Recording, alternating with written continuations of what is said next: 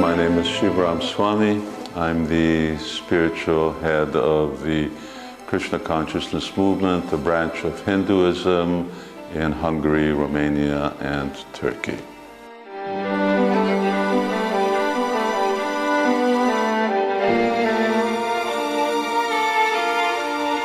This whole episode is very moving for me because in 1956 I left Hungary during the Hungarian Revolution with my parents, and I remember my father knocking on the doors in Austria trying to get entrance to have someone actually let us in and give us shelter. Finally, after the third door, someone did let us in.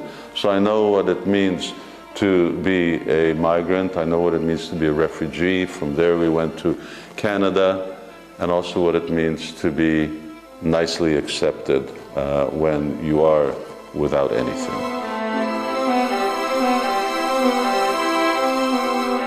Because of my own personal experience, I was very touched when I started to hear this real backlog of migrants, especially in Keleti train station. So I went down to actually see what was needed, what were these people thinking, what were they saying. I met with very intelligent, cultured people, families. I spoke to them, and at that point we really increased the amount of care that we tried to give to these people. As for statistics, we do what we can because we're doing this without any additional financial support from anywhere. We've distributed in the last month 5,000 plates of hot food. We also provided almost 2 tons of different types of produce, fruit, and so on. And then I went myself with my whole pockets were bursting with little chocolate bars, handing them out to the kids. And we try to do our best.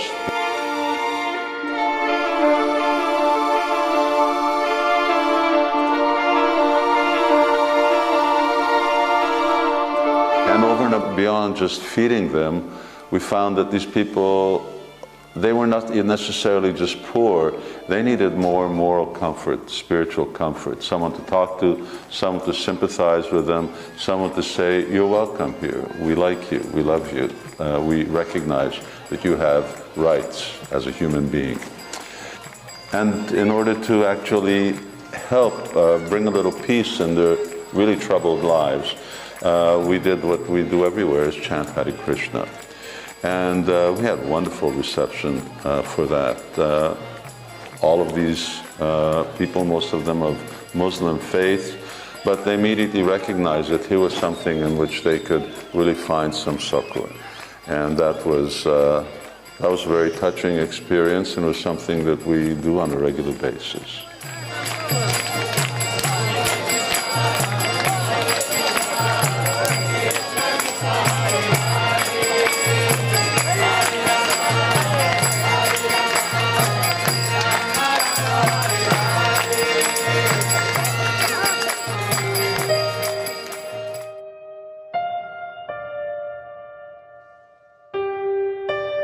As far as dealing with people who are different from us, we don't see any difference. The difference is the way we look, the difference may be religion, the difference may be culture, but ultimately, spiritually, we're all the same. Bodies are always going to be different. They're always going to have a different color, they're always going to speak a different language. There's so many differences.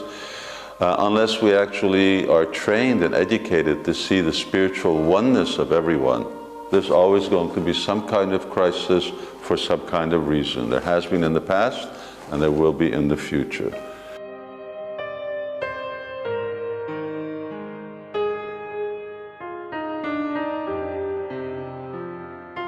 As far as threat, I don't really see that these people are any more of a threat than any other type of people, than the Hungarians here. If I'm walking down the street, in Hungary there are criminals, there may be criminals in other groups, but it isn't that these people are criminals just because they're coming and fleeing from somewhere else, rather than just the opposite. They're very vulnerable people, and they're people who really need a lot of help. So by no means did I encounter anyone who was a threat to me, and this is how I went to talk to them. As far as worrying about European identity, for us, this is another material designation. What is this European identity? Europe's identity has been changing ever since Europe's been here. Here, what we're looking at is, are these peace-loving people who are willing to work hard, who are really willing to contribute and give value to this continent? If so, then we should embrace them. And how will we find out? We'll find out by meeting them, by talking to them, by looking at their bona fides. And my experience is that these are very cultured people, very gentle people, educated people, and they certainly have a lot to give to European culture, which is declining in terms of population growth, and we're trying to figure out who is actually going to do all the work that the Europeans need to get done. These people are ready, they're screaming for jobs, they want employment, and they're qualified to do it. But peace requires two main elements. In Sanskrit, they're called aham and mama, or rather the misconception that I'm this body, and as I had mentioned before, and the differences in this body makes differences or causes of conflict between us. And the other is mama, is that something is mine. So education needs to be there, firstly, that we understand that we're not these bodies, that we're spiritual entities, and spiritually everyone is equal. Christian, Muslim, Hindu, Buddhist, everyone is the same. Everyone is same spiritual entity. My clothes may be different, but the body's the same. Without this education, these problems will continue. And mama, nothing is ours. European identity, there's a continent we call Europe, but God didn't call it Europe when He created it. Neither did He create any borders amongst countries. We created all of these artificial things. We have to recognize that everything belongs to God, and God has given everyone rights.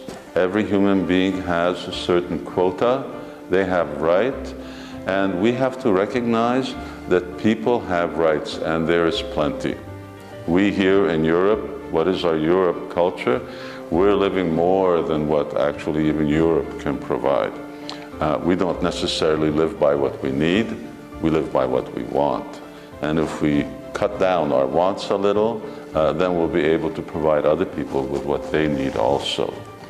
So recognizing our spiritual identity and seeing that everything belongs to God, and God has allotted particular quota, a particular amount to everyone. If we follow laws of God, then there will be enough for everyone.